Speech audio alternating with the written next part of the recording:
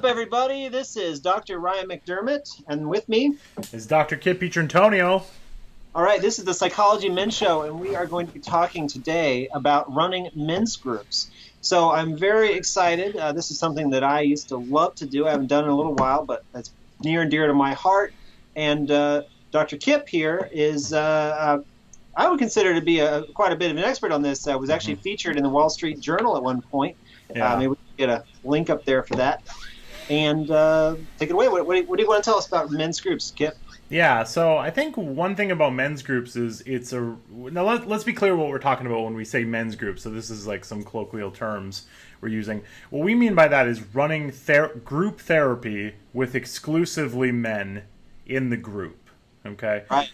So the important factor there is the dynamic changes, because this is something you're basically asking men to get together in a group, be vulnerable, talk about their feelings, talk about their emotions, talk about mental health, which is something that is very the antithesis of what is being masculine, yet is very healthy.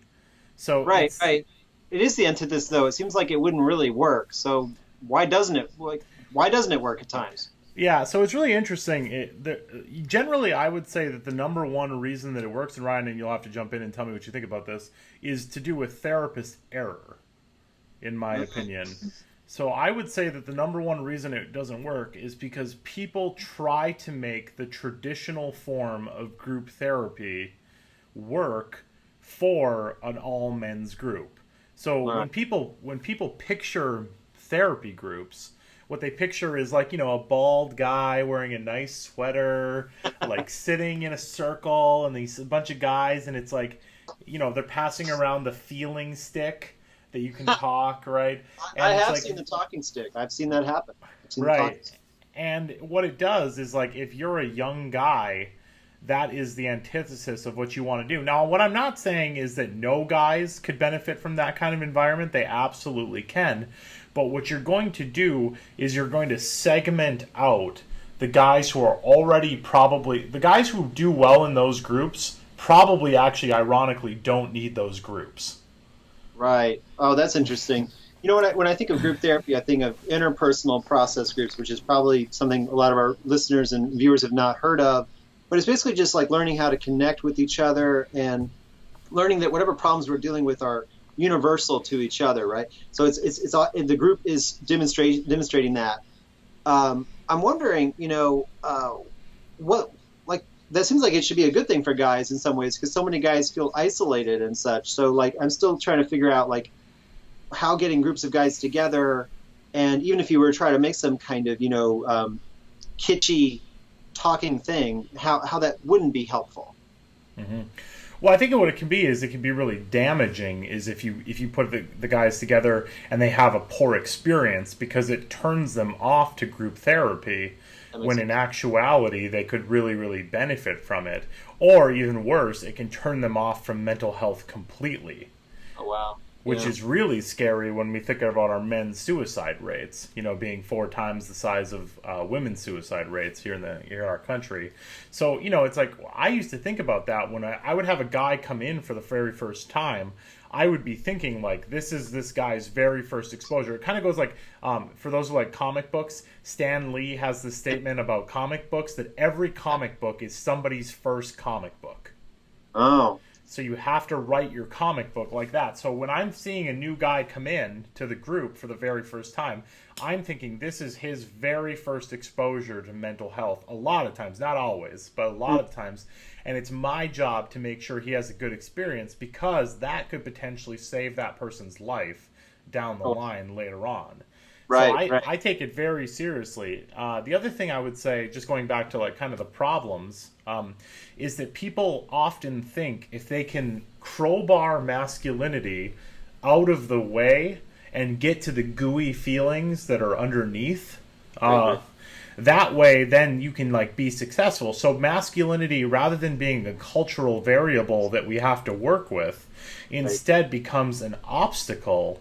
And even in worse forms, I'll see people talking about deconstructing toxic masculinity in a group, which is even worse, because what you're saying then is that it's incredibly important to like take apart masculinity into these like reductionist and help the person realize their privilege, or realize, when in actuality that like there isn't, when a guy is entering a therapy group, he is in a completely vulnerable, completely weakened, completely like, I'm coming here for help state.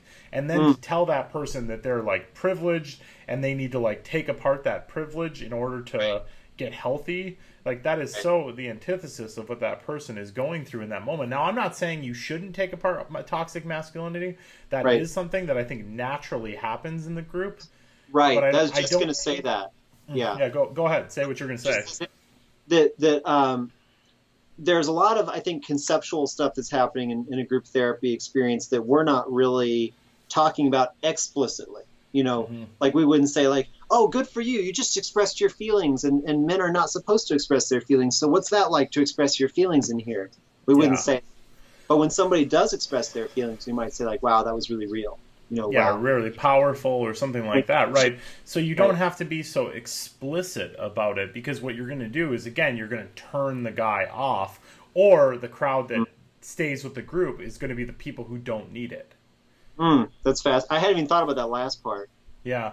So for example, when I was working at Ohio State and I was running men's groups at the time, we would get a reasonable amount of guys who would just naturally come in, like they would want to do a men's group, right? And these tended to be guys who were already fantastic, like they had been in mental health services for a long time. But what I wanted the fraternity guys, or I wanted the athletes. I wanted the guys who would never ever come to that group typically, because it goes against who they naturally are, because those are the guys who actually need that kind of a group. Right. Well, that actually sounds like the men's group I did run when I was on internship. All the guys there had some pretty significant, interpersonal issues, and most of them were from fraternities. Yeah. And, because if we're going to talk about toxic masculinity, they're the ones who are immersed the most in it. Now, I'm not trying to stereotype fraternity guys or anything, but it's just there's a higher prevalence, in the same way that there's a higher level of eating disorders among sorority sisters, right? It just is a thing that exists, right, in that culture, because there's more pressure to adhere. I would say I think it's moderated by the kind of fraternity you're in. I mean, sometimes fraternities can be like amazing brotherhood experiences, including in those places that might have some of that toxic masculinity stuff going on.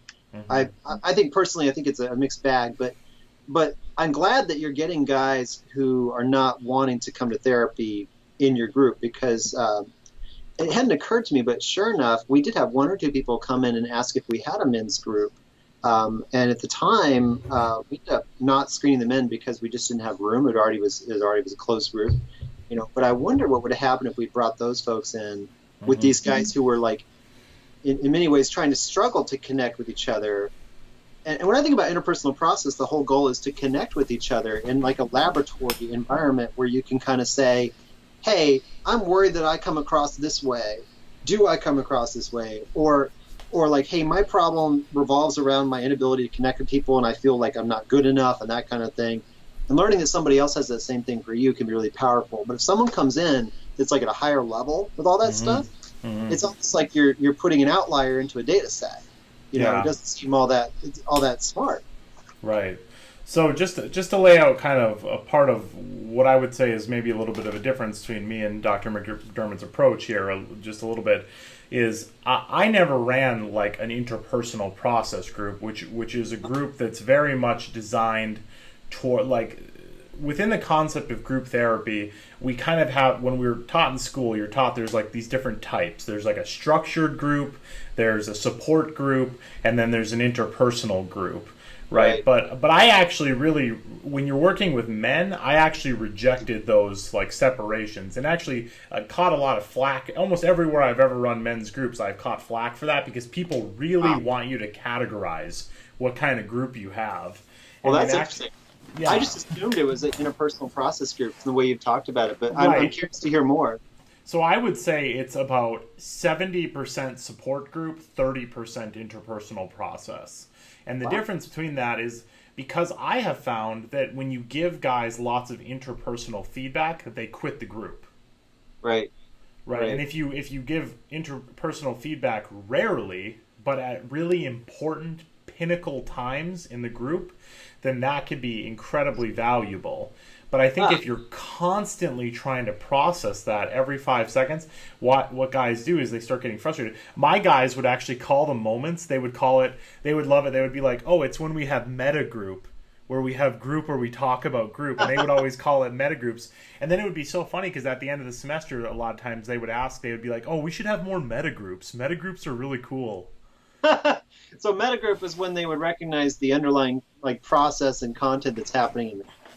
Am I right about that? Right. And what I would do is I would employ those like, process comments and those kind of like moments at very important like what I would call like turning points in the group when we're going from like when we're going from like the storming phase to the next phase, the different phases of group. It's really important you hit that note at the exact right time, because when I've seen therapists who go right after that process right away, they scare guys off. Oh yeah. Yeah, we might be doing the same thing to a certain extent, just not like. So when my colleague and I, who was actually my supervisor, who and I ran this group at Missouri, basically we had a whole bunch of like humor and small talk and stuff that went on for like at least a week or two, and I mean, like full on, and then slowly the process comments started to come in, and sort of towards by the end of the semester, we were just doing a whole bunch of this metagroup stuff. But it was very different. I hope we do get to talk about this. It was very different than the groups I ran with both men and women. Yes. It was a very different feeling to it. Yeah. And the reason is because you were trying, like, and tell me what you think about this, Ryan, but you were trying to introduce some normal guy stuff, into the group, which a lot of people are really afraid of doing. Right? They're really afraid, like, if we're talking about football, like, we're not doing good work. If we're talking about pro wrestling, we're like goofing around. Goofing around is not what we're here to do. And there's almost this fear that like the guys are going to become dissatisfied or something like that. But in actuality, that is the relationship building. And actually, I think if you do that part well, that will actually pay off tenfold down the line. And I think most, when I talk to guys who've been doing this work for a while, when I talk to other psychologists, social workers, counselors, marriage and family therapists, whoever, that everybody comes to that realization eventually. And it shows up in different ways. Like I've heard men's groups run where they play poker the whole time. I've heard men's groups run where they like play video games the whole time. I've heard men's groups where they go out and play basketball. Like, it's like everybody kind of figures out that piece of the puzzle eventually. Right. When you've been doing the work long enough. About this, we should do a follow-up episode, and I can bring in Fred Rabinowitz, who's been doing a men's group for like 30 some years, and sometimes with the same people. And I think that what you're saying, he would agree with wholeheartedly, because really, for some guys, this is their form of personal connection. It's not necessarily about therapy. It's therapy is trying to change somebody, but that's the difference between something that is therapeutic. So like I think what you're doing is therapeutic, but not necessarily therapy all the time, like therapy trying to change somebody. It's that you're setting the conditions for. It's like a dose effect, right? The more you get of these good conditions, and you connect with other guys, you're dismantling some masculinity things, but you're never making it explicit. Right.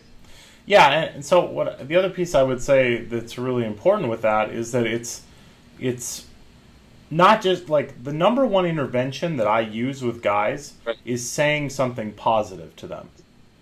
Like I tell guys that they're hardworking. I tell guys that I'm proud of them. I tell guys that I care about them. I tell guys that sucks and like that problem they went through is terrible and it's awful, right? I give them validation and positive regard, and that is 9/10 of the battle, because in my opinion, men in this generation basically never hear that unless it's in the context of making some kind of achievement. So when a guy's like, hey, I really struggled and I ended up getting a C in this class, and I tell that person, hey, I'm really proud of you. You worked really hard throughout the semester, and who cares what you got? Like, that is so foreign to this group, this generation of people. And I would say even going back to Gen X, that, because I've had older guys in the group too, that same concept. It's just they get no positive regard unless you achieve something. And I would say it's the equivalent of women. Unless you're pretty, it's like being pretty and being attractive is like a prerequisite for all other success a lot of times, right? Interesting. Yeah, I'm not saying I believe that. What I'm saying is that like women often feel that way. Unless they have that box checked, they can't be successful in every other domain of their life, right? Right. And so it's the same kind of thing. Let me ask you this, Kip. When a guy says, "Hey, I'm really struggling with this grade, but I managed to eke it out with a C," or "I'm really disappointed in myself," walk us through what the group would do. Mm-hmm. Like so you just said, what you would do. What would the group do? So the first thing I would hope is it depends on how well established the group is at that time. So if it's at the beginning of group, it's going to be really heavy. I'm going to be more heavy-handedly pushing the process to happen, right? So I might say something like, has anybody else ever done that? Has anybody else ever struggled in a class? Has anybody else taken that class? Like, who teaches that class? Is he an asshole? You know, like something like, you know, some amount of humor, it sounds like, in there. Right, or something going on. And then hopefully somebody else will be like, yeah, I took that class, or I did that, or I did this. And then what I'll hope is that a couple other guys will jump in. And then if I've done a good job modeling the whole, like, I'm proud of you, who cares? Like, I still think you're a great person, regardless of how you did in the class. What I'm hoping is one of my guys that I've deemed to be a leader in the group, which are usually my veteran guys, will jump in. And sometimes I can make that happen by just giving one of my guys who I know had a similar experience a look. Yeah. That's great. So your group, it sounds like you've got rotating members coming in and out. That is very different than what we had. But I have run groups where it's, or at least been part of groups where we've had rotating members. And I can see what you're talking about.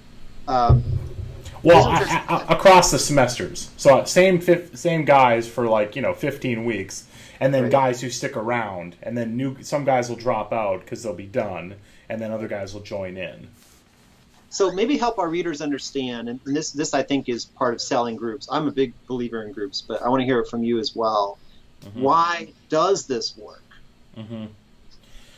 Well, I think the first thing is I approach the entire situation from a pro-masculinity standpoint, or a positive I guess I would say a positive masculinity standpoint. Yeah. And that starts from, I do a group screening with every single guy, so I meet and I talk to the guy beforehand, and that from the moment I go out and say the person, let's say his name's John, right? From the moment I go out and get John, I'm already doing that. So I'm not like, when I go out to get him from the waiting room, I'm not like, Jonathan? Is Jonathan here? Right? I walk out and I'm like, John, hey, what's up, man? How you doing? I'm Kip. Like, you want to come on back? How you doing today? What'd you do this weekend? Did you go to the game? Right? And I'm already starting that regular guy dialogue with him, and I'm not doing it in a frou-frou kind of soft and sensitive way or a phony way. I'm being as genuine as I possibly can be from the moment it starts. Right. And then when you carry that, when you carry it into the group, the guy gets fired up because he's like, oh, cool, this is a cool guy. I'm getting along with him. My office is decorated, or it used to be at least, decorated in a very masculine, friendly way. It's not hyper masculine, but I have a blend of more therapy stuff and then more masculine stuff everywhere. And then from there, go ahead. Pause for a second. You said something I was hoping you would kind of give me an opening to ask you about. Yeah. You said it's not hyper masculine. So I'm wondering, a common question I get about men's groups is, what do you do if guys start going too far? If they start getting into this kind of hyper-masculine, let's say, what if sexism comes into the group? How do you handle that? So I think so I think that this is one of those traps I think novice therapists fall into, right? So when a moment comes up where somebody says something sexist, there can be this instinct to be like, I'm going to kill that right off the bat, or I'm going to challenge this person immediately in the group, right?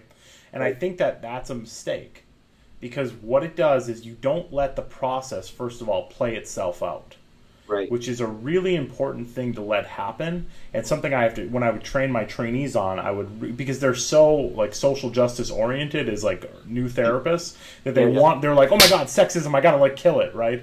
And it's hold on, let the group see if they can do it first. Right, and it's going to be more powerful for sure, right? It's going to be more powerful, and then you get to act in a supportive mediating role, which is you're going to be much more effective in creating the change you want in the group from that position than you are directly from like directly challenging, because what it's going to turn into is you versus that individual group member. That's right. That's right. Which, Or everybody's going to pile on that group member, and then they're going to quit. of course. And I think I'll tell a story that I think illustrates what you're saying really, really well, but tell me if this is kind of what you're thinking of. Mm-hmm. This is from a young man in our group who basically said something very sexist. I will not repeat what he said here, but the group got quiet for a minute. This is probably around like the fifth or sixth session of the semester. The group got really, really quiet. And so all I said was, wow, it seems like something just happened there. We all got really quiet. That was my process comment, and then somebody stepped up and said, man, I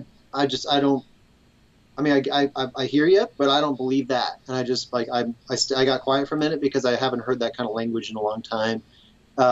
And after sort of everybody sharing and then me processing, what was it like to hear that? So I was playing the mediator exactly like you're saying.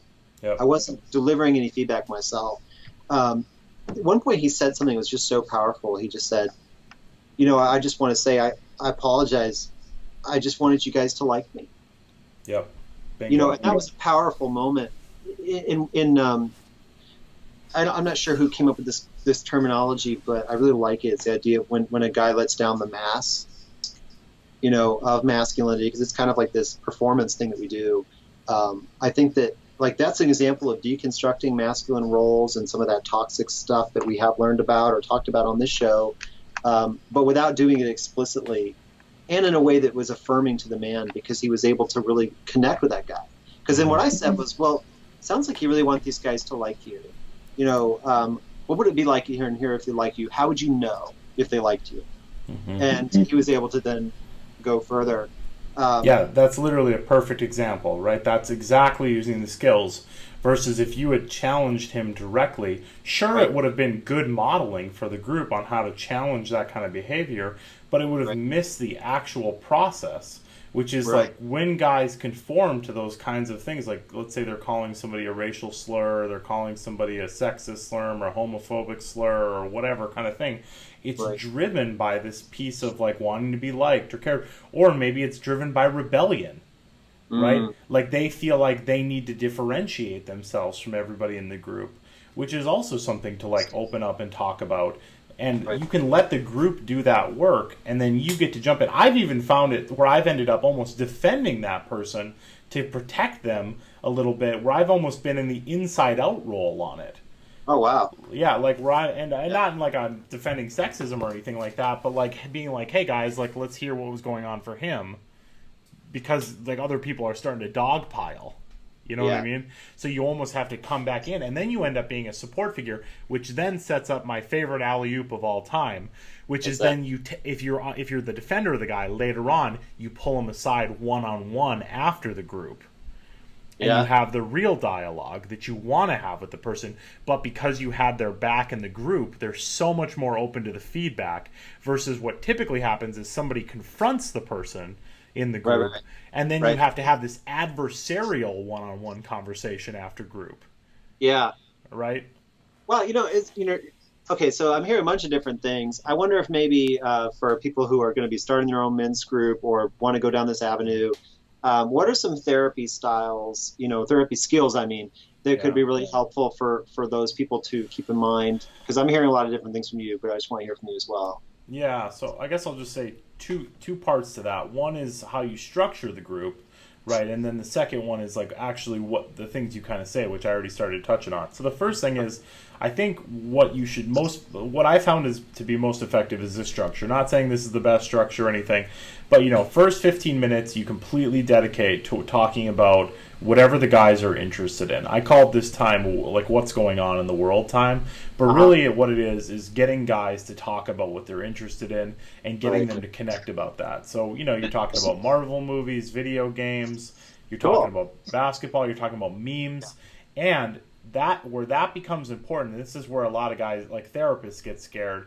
is you have to gain competency in those things in order to talk about them, so you don't come off as an old fogey.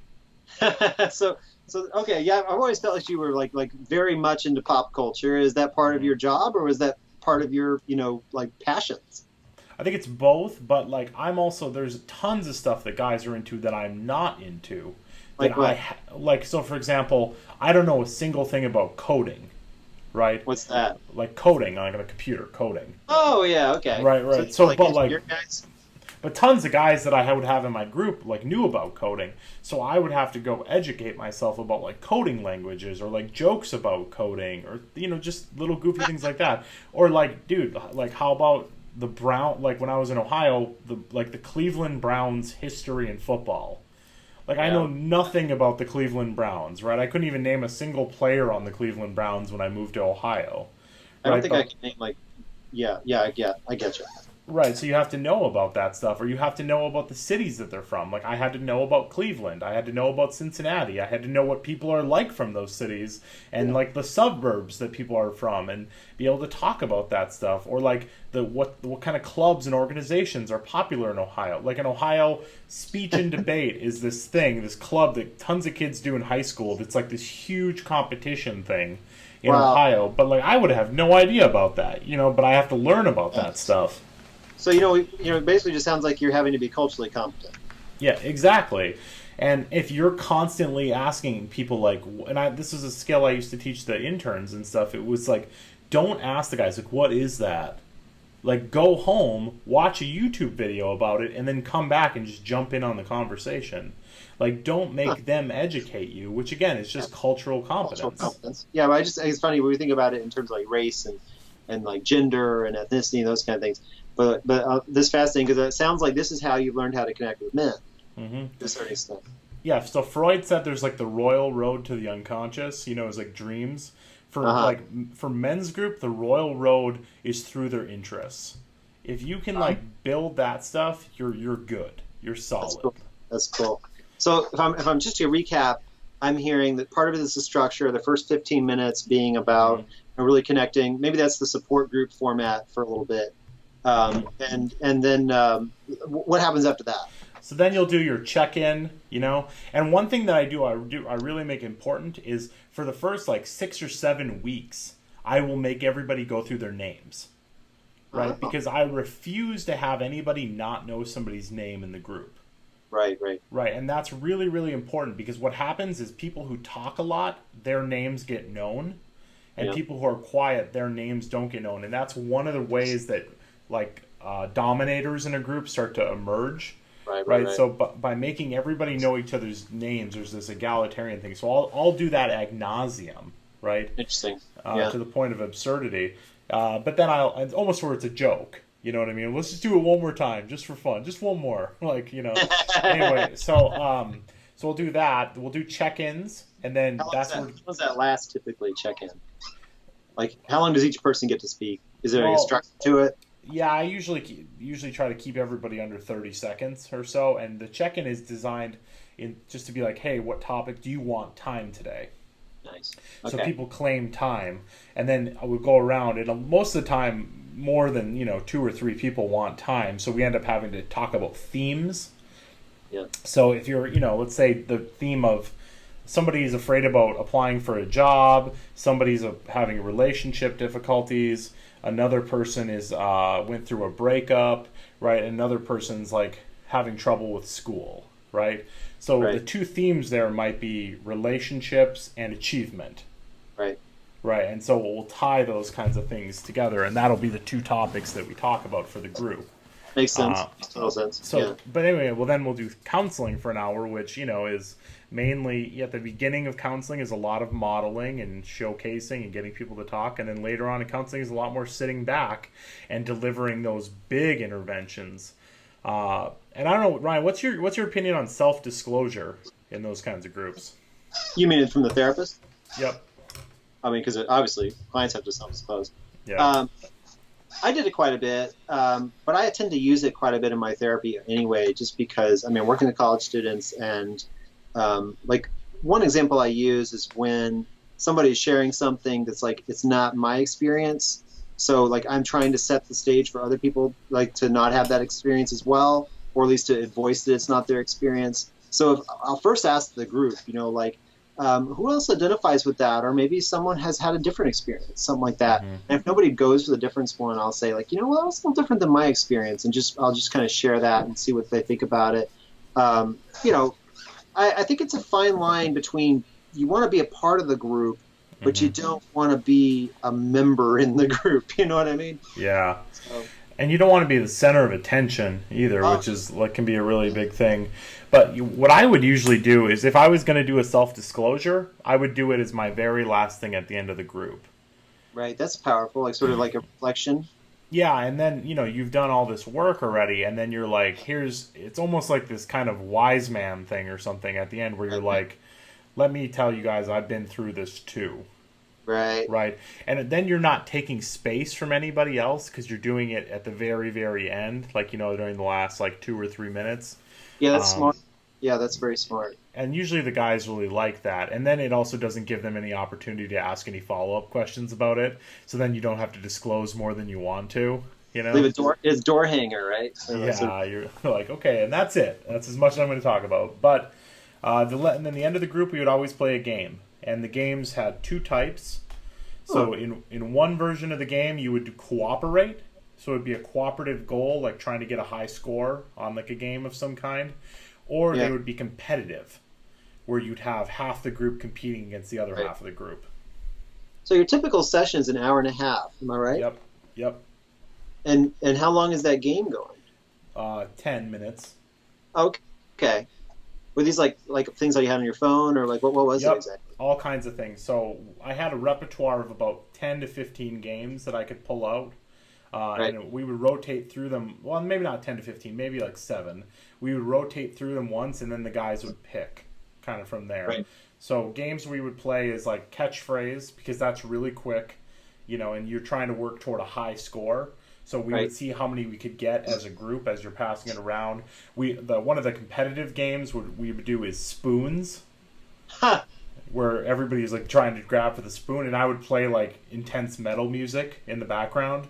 And so the guys were like, and it would, and I would have it like be all like balls to the wall kind of thing, where guys would be like diving for spoons and wrestling for spoons, and it's that kind of competitive brotherly play that people did, and they really liked it, right? And then, and the other guys would always stick around and watch it and everything. Sometimes I would bring in video games, and we would play video games. Like there's some games that you can play that have like 8 players, which is pretty cool. We would do this game called, we called it Doctor, but it had like a better name. But it was basically like one person would leave the group, come back, and everybody in the group would be pretending to be a character. Wow. And so you'd let's say everybody was Donald Trump. They would say Trump-like things, and then the doctor, the detective, would have to ask questions to figure out who we were all being. Yeah. And so that was like a really fun, yeah, it was a lot of fun. So we would do that, every single week, and the guys would really like it. And what the trick is at the beginning, the guys are really hardcore about the game and like wanting to play it. But as time goes on, they care less and less and less. And actually, the game almost becomes like a nuisance, right? Where they're like, "Oh, we don't want to stop talking and play the game." But they could never realize that the game helped them build the rapport that got them there. Plus, the game has the benefit of, as they leave, they're in a really good mood and they're talking. Right. Which builds the camaraderie on the way out the door. So how did you handle what's the word? Intergroup. I mean, within the group fraternization outside of the friends and stuff. I never really had major issues with it. I mean, I would address it and just say like, hey, I don't want you guys like going out and doing drugs together and stuff like that. But like the reality is they would see each other at parties, and they would like see each other at football games, and all that kind of stuff. And I never really had a major issue with it. It never became inappropriate. What I did ask is that guys would disclose it, if they did, but literally in 5 years of doing it, I think I had one incident where all the guys like went to a party together. And actually, I think to be realistic, I think it built a relationship between them more. Right. I think Yalom, the group guru, right? That was sort of more concerned about like alliances happening, where people weren't because they were protecting each other. But it almost sounds like what you want is alliances. Like you want these guys to connect with each other, maybe because they are isolated in a way. So they're almost like the same guys we were working with. It's just that they, we had very strict rules about connecting outside of the group. You had to talk about it, of course, if it did. But we went over a bunch of scenarios, like what do you do in this scenario and that sort of thing. Looking back at it, I think we really followed more of the traditional YALM interpersonal process structure. What was your inspiration for this unique blend that you've come up with? So originally, I took the model from San Jose State in terms of the game, because they're the one. San Jose State is the one who played poker. They did group. I didn't like that because I thought it was too distracting, right? If you're like playing a game while you're trying to talk, you're not paying attention to people. But I liked the idea of playing the game. So that was something I really wanted to keep. And so that just came up with like, I had worked with a lot of teenagers, and we would go outside and like hit a hockey puck back and forth to each other in North Dakota, or we would go outside and play catch. So the idea of like playing as like a form of relationship building was really important. Right. So I kind of combined those ideas. The what's going on in the world part kind of emerged just naturally because, college students are late for group all the time. Right? So you're constantly like, well, let's not get started yet. And then rather than just sitting there in dead silence, which I hate, like I would always just be like, hey, did anybody see the new Avengers? And then I noticed like people got really excited to talk about that with me because I'm like super nerdy and like know every little detail of these movies and stuff. And then all of a sudden like you start realizing like that's rapport building. And so eventually I just kind of like formalized it. And then it was like, year after year, I would have the best attendance at my groups of like, the counseling centers that I worked at. And there'd be 30 groups at Ohio State, and I would always be in the top 2 or 3. So it was like, okay, well, this is clearly working. And then the biggest thing is I took a page from Bruce Wampold and Scott Miller's book, was I would ask for tons and tons of feedback after every single group. Like when the 15 weeks would be up, I would dedicate almost 30 minutes of the last session specifically like, what did you guys like? What did you hate? What was the best part? What was the worst part? What things should we... So lots of stuff got cut into the the editing room floor, like as I went, and I would like experiment with things. And then like lots of stuff got elevated and optimized as time went on. So it was really like a feedback-driven approach. Right. Well, that's really cool, man. How did this get on the radar of the Wall Street Journal? So... It actually came twice. So realistically, the Wall Street Journal wanted to do an article looking at men's mental health. So they started contacting different colleges, and they just look for major colleges. And it just so happened that they went to some of the Big Ten colleges. And so they wanted to know who was doing like good men's work. And then, we had this whole Movember campaign that I did, which is this men's mental health campaign. Yeah. And they were like, oh, okay, what do you do for that? And I was like, well, that's not all we do. And then it was like, we do this, we do this, we do this, we do this, we do this. And then they kind of picked out the things that they liked, which actually I wasn't really like, they picked out our Broga, which was like yoga for men thing, which to be honest was one of our least, little insider scoop here, was actually one of our least effective events. Well, that's interesting. Well, it makes sense again. Like, let's go back to our model that I'm talking about. Yeah. It's like, how can we push men into something? Like, it would have been way more effective to do like a football game or something, rather than like, there were men who showed up, but they tended to already be into yoga, which eliminates the whole point, right? This reminds me of something. Have you seen mantherapy.org? It's run out of Colorado State, I think it is. No. If you Google mantherapy.org, you get this guy named Dr. Rich Mahogany, who it's funny, right? Yeah. He's like, it kind of reminds me of Ron Swanson's character from Parks and Rec. But the whole idea is to try to get guys to go to therapy. And I honestly feel like it's like too much. Like it's almost like so, like saying the word broga, instead of yoga. Like I think it's so like guys. I think most guys actually would be more embarrassed to do that kind of thing. Yeah. Than to like, you know what I mean? Like it almost signals that you have fragile masculinity, that you have to go here, rather than just go to like Psychology Today or something and find a therapist. Yeah, and it goes against the whole stoicism thing. right? Like being chill is the new stoicism, For right? sure. So if you're being like, yeah, hell yeah, bro, like you love therapy, man, like that's not chill, right? It Or has to be. more like I'm a man and I do man's therapy. You know Yeah, what I mean? exactly. Like that's not chill at all. That goes against the whole generation, right?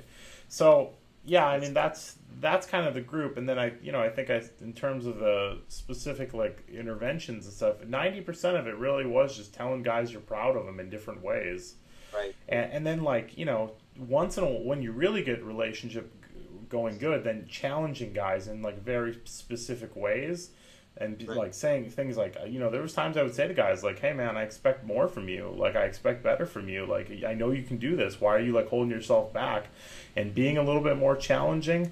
But you really have to build that relationship before you can get there with those guys, because they really got to know you're in their corner. Now, Right. the one other thing that I would do, and this sounds kind of creepy the way I'm going to say it, but I'm going to say it the way I say it, which is like Yeah. we would very purposely groom leaders in the group. And we called these guys veterans in the group, even though they weren't literal veterans. Some of them literally were, I guess, veterans, but very few of them. They And were what I experienced. and what I would do is I would actually, after group, like the 15 weeks ended, if a guy was coming back, I would meet with that guy one-on-one if I kind of determined thought he was going to be a leader. And I would basically say to him, like, hey, man, like I was really impressed with you in group. I thought you were, like, exceptional in the group, and I want you to be, like, a leader. And it's your job to, like, help these other guys as they come in the group. And then, like, the guys like that because it's almost like they're getting a little promotion or something like that. Right. Right. Well, not only that, I mean, if you think about it, what is the most therapeutic thing someone can do? It's to help others go through the same things they've gone through, right? I mean, well, it's not the most therapeutic, but it's pretty therapeutic to do that. So I think it's quite clever. So you're kind of stacking the deck in some ways to have guys in your corner. Like you said earlier, you can look at them and Yep. automatically they'll know what to do. Do you ever bring them in terms of the theories and stuff, or just nothing like that. No, not even a little bit. But they get it at a because they've been cultured to the group, so they kind of know what I expect, right? And the thing is like, and this is something that we don't do in therapy usually, but it's developing leadership skills for them, right? right? Which is like every guy I think needs and is like really important, and leadership skills that tend to lean toward a healthy direction. Right. Not being like coercive or a dick or something. Like you're like trying to like be supportive and helpful, which then I'm hoping those leadership guys bring out into their communities. So I would have like, people who they were on the executive board of their fraternity, then I would love those guys, because what I would do then is I would like tap those guys, have them become leaders, and then I'm thinking, oh my God, these guys are going to go back to their fraternity and they're going to spread this like wealth, which I know some of them did, because some of them tried to even run little like men's groups in their fraternities. That's awesome, based on what we were doing. That's just really like get together and have time to talk kind of thing, because they really loved the group and they wanted to recreate that and spread the wealth. So that's why it's important to have like guys that are atypical in the group, because you can have that kind of profound impact that would like lend itself forward. What do you mean atypical? So guys that typically wouldn't attend therapy. Oh, okay, that's what you mean. Yeah, Like the fraternity, like same thing. Like let's say I got an athlete, right, and then he brings that healthy thing back to his team. All of a sudden, that whole team can get healthy. You know what I mean? Not only that, you're taking the guys who have some relative status, if you will, and changing the culture of masculinity in that, making waves that way. In some ways, I mean, not necessarily explicitly in the sense of like, all the stuff that a lot of guys hear on college, which is don't be a rapist and all these things that men already know. It's more about how do you connect, how do you basically live your life as a human being, rather than being stuck in this man box, even though they're not even seeing it that way. That's what you're doing, man. You're helping guys connect, and I think that's beautiful and brilliant. You're doing it in kind of a covert way too.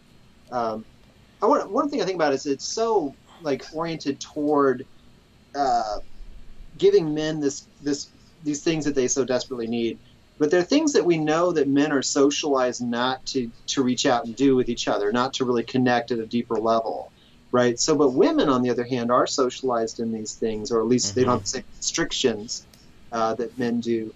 What would this work with women? And can women run this group?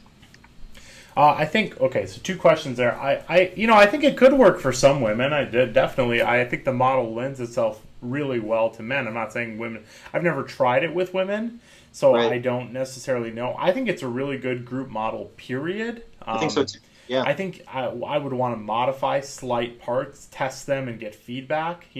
Like for example, I don't know how well women would want to play spoons and like wrestle each other for a spoon. Like that feels very masculine to me. But maybe, So I mean, that would be I don't something know. that. Maybe part of the therapeutic piece is that men are connecting in a way that's consistent with their gender role, but then they're also breaking the gender role earlier. So it's sort of like giving them a chance to the precarious manhood paradigm, like show that they're get their man points back again. So Yep. maybe for women it would be the same thing. Like they're sticking with their gender role for one part of it, and they're breaking another part. It's just kind of turned around. So Right. that women doing some kind of competitive sport would be maybe breaking some of that. I don't know. Maybe not. And It's I hard to say. and I like I said, like I come into all this stuff with a very curious, like empirically driven mind. Like I come in like, did this work? Didn't it work? And then like also not just letting one group dictate what's been working and what's been not working. Because I've had it where I've had 5 or 6 groups say they love something, and all of a sudden I get one group that's like, oh, you shouldn't do that. And I'm like, okay, but I've had Yeah, 5 that said to do yeah, it, yeah, right? So yeah. I What's the know. trend? Right, right. Right. So the trend, not just the singular piece. Now, the other thing is, like, I have co facilitated the group with women. I've Okay. also co facilitated the group with LGBT identified men as well. I've co facilitated the group with trans men as Mm, well. So I've wow. done it with a lot of different types of people. And I think it definitely, absolutely can work with no matter what. But again, like, it's about cultural competence, right? Mm, Because what I always found is that the people who held those identities were way too focused on their own identity and mm, not focused on like the group itself. So mm, they would be thinking, let's say I had like a woman, for example, running the group. I had women who would be very focused on like, oh, do you think they're censoring themselves because of me? And I uh, would tell them like, no, I don't really think they were, mm, because I've listened to these guys talk for 1,000 hours at this mm, point, mm, so I kind mm. of know what's talked about. But I think there was almost this perception that in men's group, all we talk about is getting laid and masturbation and Yeah. all this stuff. But in What are we actuality, that's burping and farting and scratching and and because they didn't necessarily see that happening, there was this assumption that things were being censored for them, or they would want to have these deep dialogues about yeah, like, oh, let's talk about my identity, and I would shy away from that. I would say like, okay, maybe hit it like once, and then right, get back to focusing on them. Because if right, you're like, we have 12 guys in the room, 13 if you count me, right? And then there's 13 people now focusing on your gender identity and having a conversation about it. right, Like, we're no longer doing the work that the guys are there to do. Now, right. if there was a time where I did feel like something gender related was coming up, I would bring that up. But it was my experience that if they handled it in a way that was culturally competent with men versus handling it from this like kind of identity perspective, the culturally Yes. competent with men perspective would be way more effective, Wow. right, than like coming at it from like a gender perspective or something. So Mm-hmm. for example, I remember one of the most beautiful moments with one of my female supervisees is somebody had been giving somebody shit, and like somebody gave her shit, like just because she was like so in the group or whatever, and she like fired it right back at them, and then they said a hilarious like one liner, and it was like everybody in the group was like, oh damn, like got him, and it was like such a good moment because I told her that like in supervision that day, I was like, you just did like great therapy work, Awesome. because that joke you made landed so well. Right, right, Right, like that moment, I told her your gender was invisible. right, right, You right. know. Well, man, this has been really cool. I wonder if there's anything else that you want to talk about related to it. I would say it's just like an important thing to do and like try to get going in different places. I think it can be really healthy. I think the biggest thing is like this was just the model that worked for me and works for my personality, and I Right, think it would work different for different people's personality. But I would say the number one thing is that empirically testing part, which is right, like try something out, be creative, be innovative, and like Right. don't be so attached to it because you think it's cool or you think it's like interesting or it like is like fits what you want to do or something like that. Like be Right. able to be willing to throw anything away and keep anything. And I would say keep it dynamic. That's the other thing. Like I used to have a rule with my supervisees: we will have no long pauses unless Mm. it's a really deep, important moment. Like what we will never do is start group like, okay, guys, so who wants to talk? Dead Yeah. silence. Yeah. Like that is group killing in men's groups. And to be honest, I think group killing in any group. I just think people are Right. not. Sure. It sure can be. Yeah. Right. So, don't do that kind of stuff. And, don't try to crowbar masculinity. Embrace it. Like, treat it as a cultural identity. Like, embrace it and think it, like, make it important, make it seem important to you, and groups will run themselves. Right. You know? I think implicit in that, what I'm also hearing is if you do those things, you'll reach the guys who may not go to therapy. Yeah. The more traditional guys, let's say, for lack of a better term, or at least the guys that are just not, they're not like you said, they're your atypical guys. They're not coming in for therapy. And I think that's really important because what's the point of preaching to the choir? You know what I mean? Absolutely. We're gonna change the culture of men. And I have said, and it got me in trouble on Fox News, but I'll say it again: we change men, man. We change the world. Yeah. That's got to start with the men that serve in these kind of more status positions sometimes, or at least guys that are less likely to do these sort of things because they're the ones that sometimes other guys look up to. Or how about this, Ryan, for like a modification of your quote? If we let men express themselves directly, we can change the world, right? Because it's not really. It's like your example you gave about your guy who's like, I just wanted everybody to like me. That's because he tried to funnel it through something else, right? And if he just went straight ahead, everybody can connect with that. That's great. Yeah. And there's a lot of research suggests that it's the emotional restriction aspects of masculine roles that are the most damaging. So I think that what your group is doing is letting guys maybe connect with their emotions. So I've got one last question for you. What does happen if somebody's having a deep moment in therapy, like a crying moment? So one thing I really do in that moment is I make a couple of different determinations. One is, what's the humiliation factor in that moment? Like, is this guy feeling embarrassed? What's the status of the group? What's the energy in the room? What's the feel in the room?